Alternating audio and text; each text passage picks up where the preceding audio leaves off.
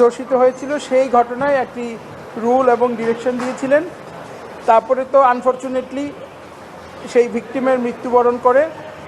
আজকে আমরা একই বেঞ্চে কয়েকটি দরখাস্ত জমা দিই ডিরেকশনের জন্য।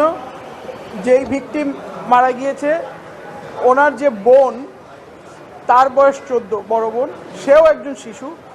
সেই শিশুকে যাতে অ্যাডিকুয়েট প্রোটেকশন এবং সিকিউরিটি দেওয়া হয় এবং তার ওয়েলফেয়ারের জন্য এই মর্মে একটি ডিরেকশন আদালত দিয়েছেন আজকে।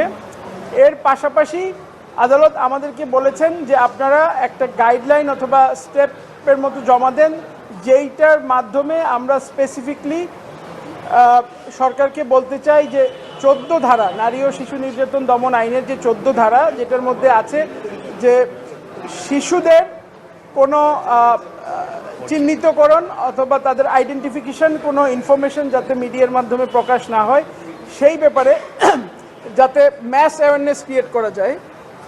এই এই এই সেকশনটা নতুন এবং আমাদের দেশের অধিকাংশ মানুষেরই এই ব্যাপারে খুব একটা ধারণা নেই, অ্যাওয়ারনেস নেই। সো মাননীয় আদালত মনে করেছেন যে আমাদের সবার উচিত এবং রাষ্ট্রের উচিত যে এইটার ব্যাপারে একটা ম্যাস অ্যাওয়ারনেস ক্রিয়েট করা, এবং সেই মর্মে আদালত আমাদের কাছে চেয়েছেন যে কিভাবে এবং কাদেরকে দিয়ে এই ম্যাস অ্যাওয়ারনেসটা ক্রিয়েট করা যায়, কি কি স্টেপ নেওয়া যায়।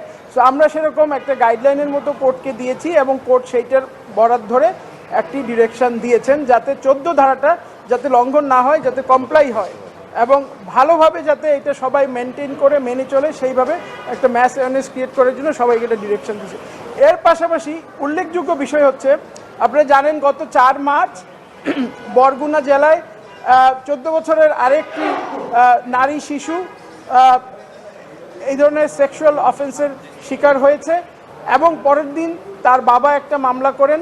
মামলা করার পরে সেই মামলার যারা আসামি, তারা তাকে মামলা তুলে নেওয়ার জন্য ধমক দেয়, ভয় দেখায়, ভীতি প্রদর্শন করে এবং উনি ওনাদের কথা না শোনার ফলশ্রুতিতে 11ই মার্চ তাকে খুন করা হয়।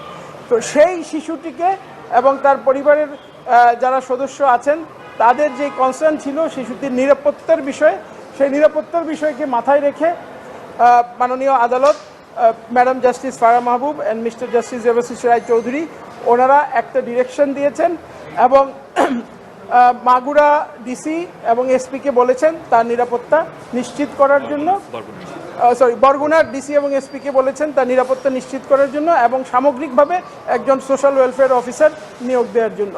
এর পাশাপাশি এই মামলায় BTV, ministry of information, Bangladesh বেতার এবং মাগুরার ডিসি এবং এসপি মহোদয়কে অ্যাডেড পার্টি হিসেবে এখানে ইনক্লুড করা হয়েছে, যাতে করে মামলার যে রায়টা বাস্তবায়ন